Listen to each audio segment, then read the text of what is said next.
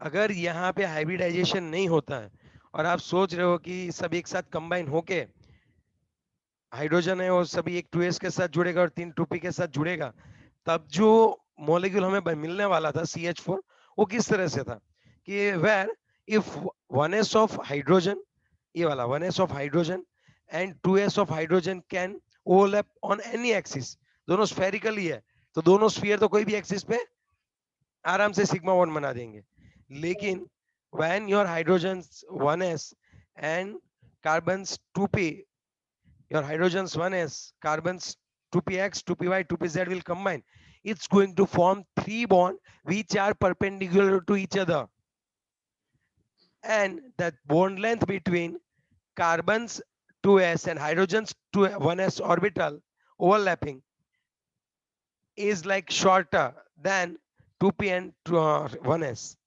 Hydrogen की 1s और 2p की जो बॉन्ड लेंथ होती है वो ज्यादा होगी और 2s और 1s की बॉन्ड लेंथ छोटी होगी, but experiment value shows that for carbon all hydrogens are equal, all bonds are equal, and there is a bond angle like 109 degree 28 minute. So it is indicating that there is something which makes four orbitals having the same shape, size and energy. Okay, समझ में नहीं आ रही बात sir? समझाता हूँ, देखो किस तरह से करना है। अब क्या होता होगा अगर एक्सपेरिमेंट वैल्यू है, तब हम क्या एजप्शंस लगा सकते हैं, पूरा एजप्शंस के बेस है। जब हमने कार्बन को, जब हमने अब तक की स्टडी के बारे में देखा, तब तो हमें पता चला कि एक्सपेरिमेंट वैल्यू में ये बताया कि सभी के सभी हाइड्रोजन सेम है और डिस्टेंस भी सेम है, तो ऐसा कैसे पॉसिबल है? तो मैं आपको बताऊं कैसे। सपोज कार्बन है, उसकी इलेक्ट्रॉनिक कन्फिगरेशन क्या होती होगी। देखो, मैं आप इसकी बात मैं मीथेन में हाइब्रिडाइजेशन नहीं सिखाने वाला हूँ, इसलिए अच्छे से समझ लेना। कार्बन में जो होता है, हीलियम के बाद कौन आता है बच्चों, बताओ? 2s2 2p2 2p2 yes, 2s2। और ऐसे ही ड्रॉ करके, भले आपकी टेक्स्ट बुक में ना दिए हो, आपको अच्छे से ड्रॉ ऐसे करके समझाना है। 2s और ये कौन आ गए, 2px है, 2px 2px 2py and 2pz, है या ना? yes sir और इसकी इलेक्ट्रॉनिक कन्फिगरेशन में कुछ इस तरह से होता है, अगर मैं सही हूं तो। Now in excited yes state what will happen? in excited state that one electron will move from 2s to 2p. Sir वो तो ऑपोजिट स्पिन हो गया ना पर। हाँ, तो उसमें से उड़ के स्पिन चेंज करता है और यहाँ पे आ जाता है 2pz। इसको एनर्जी चाहिए भाई, थोड़ी बहुत एनर्जी चाहिए यहाँ से इलेक्ट्रॉन घुमाने के लिए। तो एनर्जी कौन देता है? जब हाइड्रोजन नजदीक आता है और ओवरलैपिंग जब स्टार्ट होगी, कहीं पे भी बॉन्ड बनने का स्टार्ट होता है, तब वहां पे एनर्जी रिलीज होती है और वही एनर्जी इस इलेक्ट्रॉन को जंप लगवाने में हेल्प करती है। समझा बात? यस। अब क्या होता होगा कि अब यहाँ पे हाइब्रिडाइजेशन होगा। अब हाइब्रिडाइजेशन क्या चीज है? तो अब हम जो ये समझ रहे थे कि ये 2s है और ये px py pz है, लेकिन अब ये चारों की चारों एक साथ कंबाइन होगी। चारों की चारों, कौन चारों की चारों? 1 2s, समझना अच्छे से। 1 2s 2px 2py and 2pz हो गई 4, है ना? yes sir Yes. अब ये चारों की चार कंबाइन होगी और अब ये है, देखो, एक s और 3 p, इसलिए तो इसको sp3 बोलते हैं। चार ऑर्बिटल एक साथ इकट्ठा होगी और चार ऑर्बिटल ये लोग क्रिएट करने वाले हैं, जिसकी एनर्जी सेम है, जिसका सब कुछ सेम है। अगर यहाँ पे मुझे मजा नहीं आया, मैं आपको समझाता हूँ, छोटा छोटा ड्रॉ करके समझाता हूँ। ये देखो, ये ऐसे है, ये p है, ऐसे कितनी p आएगी? 3 अब ये तीनों तीन p जो है, एक s और p, ये चारों चार एक दूसरे के साथ कंबाइन होगी। कंबाइन होने के बाद वो क्या करने वाली है, 4 ऑर्बिटल्स जनरेट करेगी। 4 इकट्ठा हुई थी तो 4 ही जनरेट होगी, लेकिन अब उन्होंने अपना जो है वो एनर्जी सब इक्वल डिस्ट्रीब्यूशन कर लिया, इक्वल बंटवारा इक्वल कर दिया। उन सब ने से 4 ऑर्बिटल्स क्रिएट हुई। इसका शेप में कुछ इस तरह से ड्रॉ करना चाहूंगा, इस तरह से। एक है, ये दूसरी है,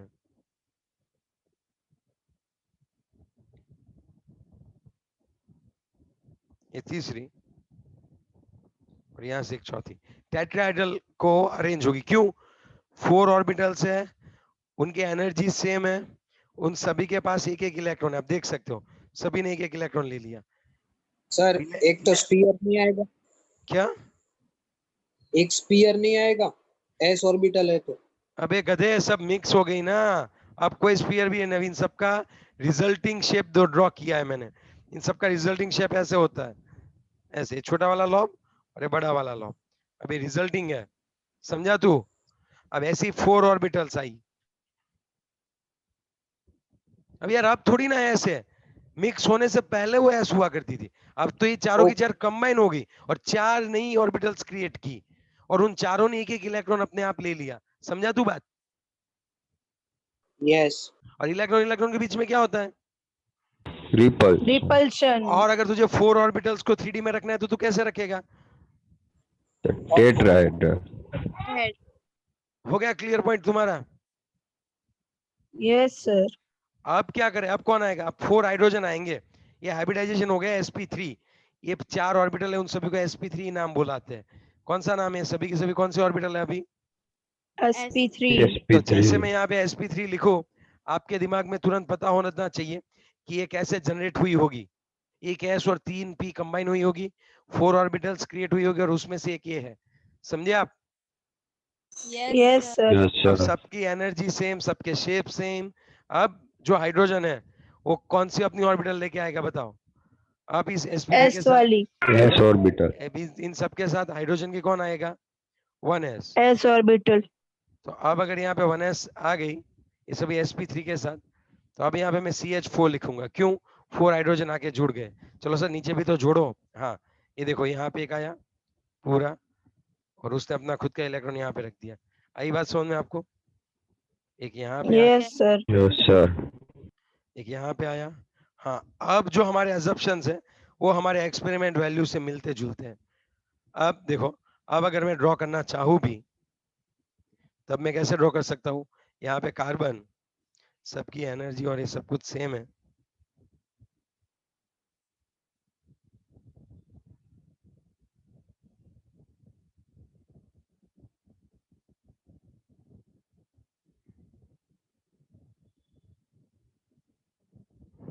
अब देखो, ये होगा प्रॉपर शेप, मस्त सा, कि नहीं? Yes sir. तो ये होता है sp3 हाइब्रिडाइजेशन। कई बार शॉर्ट नोट पूछ सकते हैं, एक्सप्लेन हाइब्रिडाइजेशन इन मीथेन। तो मैंने आपको ये क्यों समझाया कि ये, इससे मैं हाइब्रिडाइजेशन का कॉन्सेप्ट क्लियर करना चाहता हूँ। अब हमारा नेक्स्ट टॉपिक है, what do you mean by hybridization? हाँ बोलो। मतलब ये जो कंबाइन है ऑर्बिटल्स और बाद में 4 में डिस्ट्रीब्यूट हुए उसको हाइब्रिडाइजेशन बोलते हैं। ये सो मैं बता रहा हूँ ना, what do you mean by hybridization? Write short note on hybridization and what are the conditions of hybridization and what are the, I can say, characteristics of hybridization. पूरा hybridization का हम लोग A to Z जानना है।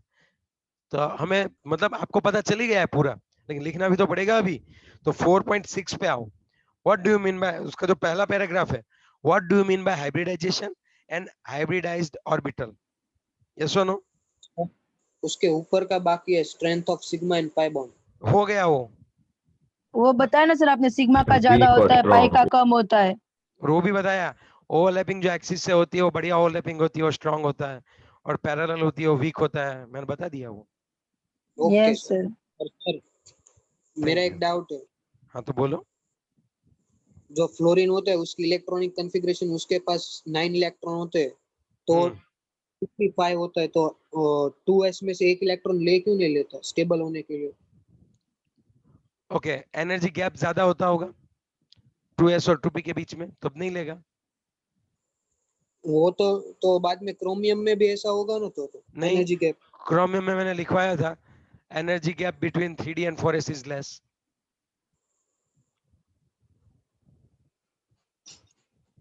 आई बात समझ में? Centre के नजदीक मतलब होते हैं ना, सेंटर के जैसे जैसे दूर जाते हो ना, तो वहां पे ट्रांजिशन की प्रोबेबिलिटी बढ़ती है। लेकिन अगर आप सेंटर के नजदीक हो, खतरों के खिलाड़ी बन रहे हो, तब इलेक्ट्रॉन कहीं पे नहीं चुरा सकते। तो डी ऑर्बिटल में से ये मींस ट्रांजिस्ट हो सकते हैं ना? हाँ, डी में से 4s के आसपास वाली डी है तो, अदरवाइज नहीं। ओके। चलो और बताओ, अब थोड़ा सा आगे बढ़े। यस। सो तो Yes, sir. What do mean by hybridization, किसको बोलते हैं? when orbitals having a almost same energy will combine together to form new orbitals having a same energy, same shape and same size is known as a hybridization. The process in which orbitals will orbitals will combine together to form new orbitals having a same energy, same shape, same uh, I can say size. Okay, shape, energy, size सब कुछ same है, ऐसी orbitals जो create करते हैं उस process को हम लोग क्या बोलते हैं? Hybridization. And the orbitals which are going to be generated are known as a hybridized orbital. yes or no? ये हाइब्रिडाइज्ड ऑर्बिटल है, हाइब्रिड ऑर्बिटल बोल सकते हो इसको. ये हाइब्रिड ऑर्बिटल है. कौन सी? sp3. क्यों हाइब्रिड है? एक s और 3p को कंबाइन हुई और फिर जनरेट हुई ना ये, तो इसको हाइब्रिड Yes, ऑर्बिटल sir. बोलते हैं. आई बात समझ में? Yes. Yes, और sir. नेक्स्ट 4 पॉइंट्स दिए हुए हैं कि what are the characteristics of hybridization. तो पहला वाला पॉइंट कि जितनी जितनी ऑर्बिटल्स यहाँ पे कंबाइन होती है ना, उतनी ही ऑर्बिटल्स जनरेट होती है. So the number of hybrid orbital will remain same, the number will remain same as the number of orbitals which are going to be combined. जो कंबाइन होने वाले ऑर्बिटल्स वो और जो जनरेट होने वाले ऑर्बिटल्स, उन दोनों के नंबर कैसे होंगे? सेम. आई बात समझ में आपको? Equal. इक्वल. अब Yes, देखो sir. यहाँ पे एक s और 3p है, टोटल कितनी ऑर्बिटल कंबाइन हो रही है बताओ? 4. 4. तो 4. जनरेट भी कितनी होगी? 4. 4 4. होगी. Now is it clear? Yes और no? Yes, Yes. sir. Okay. Third thing is that अगर पहला वाला अगर ये मॉलिक्यूल होते हैं ना, तो ये अगर सपोज प्योर ऑर्बिटल s और p ने मिलके ऐसा बॉन्ड बनाया होगा मॉलिक्यूल, तो ये मॉलिक्यूल ज्यादा स्टेबल नहीं होता होगा. लेकिन जो हाइब्रिडाइजेशन के बाद जो हाइब्रिड ऑर्बिटल बनती है, वो जो बॉन्ड बनाती है वो स्ट्रॉन्ग बॉन्ड बनाती है बच्चों. अगर आपके पास pure s and p orbital है, वो जिस स्ट्रेंथ के साथ जुड़ते हैं उससे अच्छा वाला बॉन्ड कौन बनाता है? Hybridized Hybrid Hybridization. orbital. Hybrid orbital अच्छे से इफेक्टिव होती है in the forming stable bond. Fourth and last one point is that here hybrid orbitals will arrange in a such a way that they will have a maximum distance and minimum repulsion. वो 3D में इस तरह से क्या करेंगे? Arrange होंगी कि उनके बीच का जो डिस्टेंस है वो कैसा हो? मैक्सिमम. Maximum. और रिपल्शन कैसा हो? मिनिमम. तो ये 4 Minimum. पॉइंट, तो ये कैरेक्टरिस्टिक है हाइब्रिड ऑर्बिटल्स की. सर फिर से बोलो कौन कौन सी कैरेक्टरिस्टिक बोली? पहली, जितनी ऑर्बिटल्स कंबाइन होती है ना उतनी जनरेट होती है हाइब्रिड. ओके डन सर, हो गया. दूसरी, और जितनी हाइब्रिड जनरेट होती है ना उन सब की एनर्जी और शेप साइज सब सेम होता है. तीसरा, प्योर ऑर्बिटल s और p है, वो जो बॉन्ड बनाती है उससे अच्छा effective strong bond hybrid orbital बनाती है. एंड फोर्थ वन, कि जो भी हाइब्रिड ऑर्बिटल जनरेट होती है ना वो 3D में ऐसे अरेंज होती है कि उनके बीच का डिस्टेंस मैक्सिमम हो और रिपल्शन मिनिमम हो. हो गई बात? Yes, sir. Yes, sir. है सर. हाइब्रिडाइजेशन कहीं भी हो सकता है, कोई भी हाइब्रिडाइजेशन कर सकता है. नहीं भाई नहीं, थोड़ा बहुत उसके अंदर जो है वो ये होता है 2s और 2p कंबाइन हो सकती है, फिर 2s के साथ 3p 4p 5p नहीं कंबाइन हो सकती. एक वैलेंस में जो ऑर्बिटल्स होती है ना वही कंबाइन हो सकती है जिनके बीच एनर्जी का डिस्टेंस कैसा हो? कम हो. So what are the basic conditions for the hybridization? So first of all, here only valence orbitals of your atom will take part in a hybridization. Hybridization में सिर्फ और सिर्फ आपकी वैलेंस ऑर्बिटल ही काम में आती है. Clear point? फिर ये Yes, बोलो sir. Sir Yes, 1s, sir. फिर आप ऐसे बोलो सर 1s और 3p हाइब्रिड हो सकती है, तो नहीं हो सकती भाई, उसके एनर्जी गैप बहुत ज्यादा होता है. दूसरा point, hybridization will occur in orbitals which have almost same energy. Energy. Energy. और है सर? सर तो नहीं, 2p पहले में तो हो सकता मुझे खत्म करने दे पहले। थर्ड पॉइंट देखो, है सर, हर बार जरूरी है कि यहाँ से इलेक्ट्रॉन को एक्साइट करके फिर अपर वाली ऑर्बिटल में डालना जरूरी है? नहीं, ऐसी कोई जरूरत नहीं है। इलेक्ट्रॉन का प्रमोशन करना हर बार जरूरी नहीं है, याद रखना ये बात।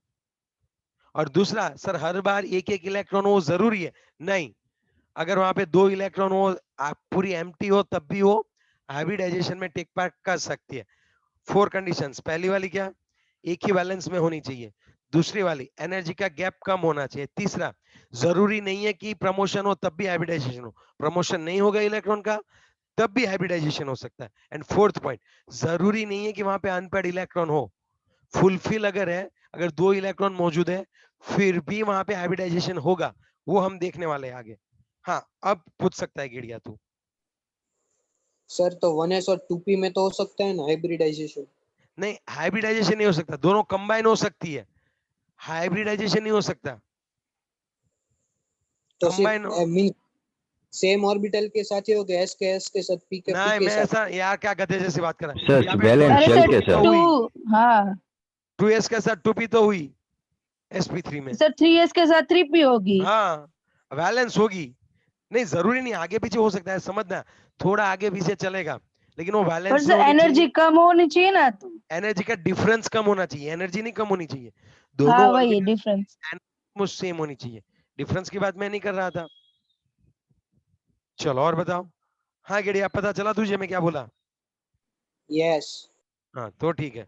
चलो, और क्लियर हो गया हाइब्रिडाइजेशन क्यों होता है, दिमाग में बिठा दिया? Okay, question yes sir. Yes sir. 4.5.4 पे मोस्ट टाइम भी लिखो और 4.6 पे मोस्ट टाइम भी लिखो। 4.5.4 आज अच्छे से लिख के मुझे भेजना है होमवर्क।